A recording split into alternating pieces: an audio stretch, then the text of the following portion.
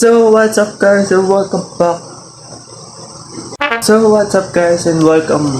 another video. At kung makikita nyo ngayon, ako'y naka-vlog na naman ulit. At guess what? We have a new package here at ito siya. Dumating na yung bago, di siya, nabili ko na yung bagong monitor na bibiling ko. At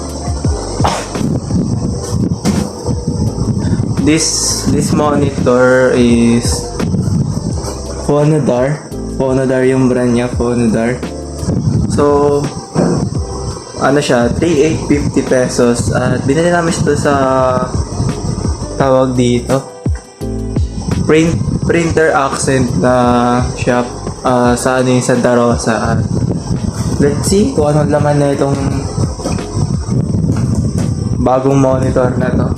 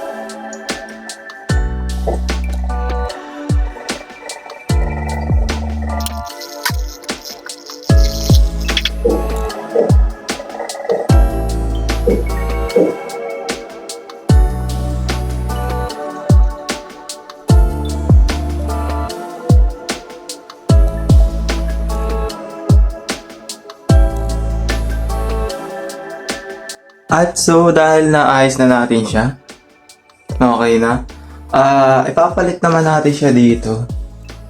Papalitan natin yung monitor ko at yes, so let's fix this Shimai and let's go.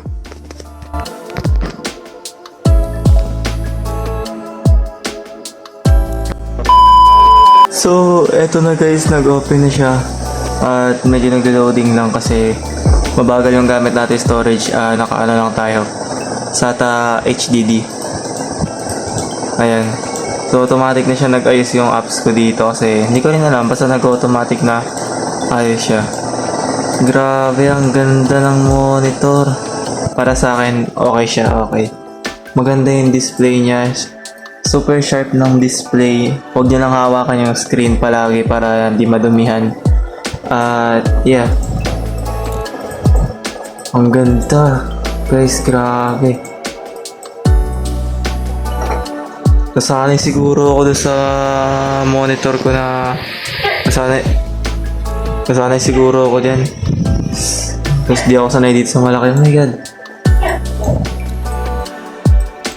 So, yun lamang para sa araw na to at yeah, I hope sana nagustuhan nyo yung video and yung upgrade natin at gagamitin ko dito kasi sa online class sa school namin.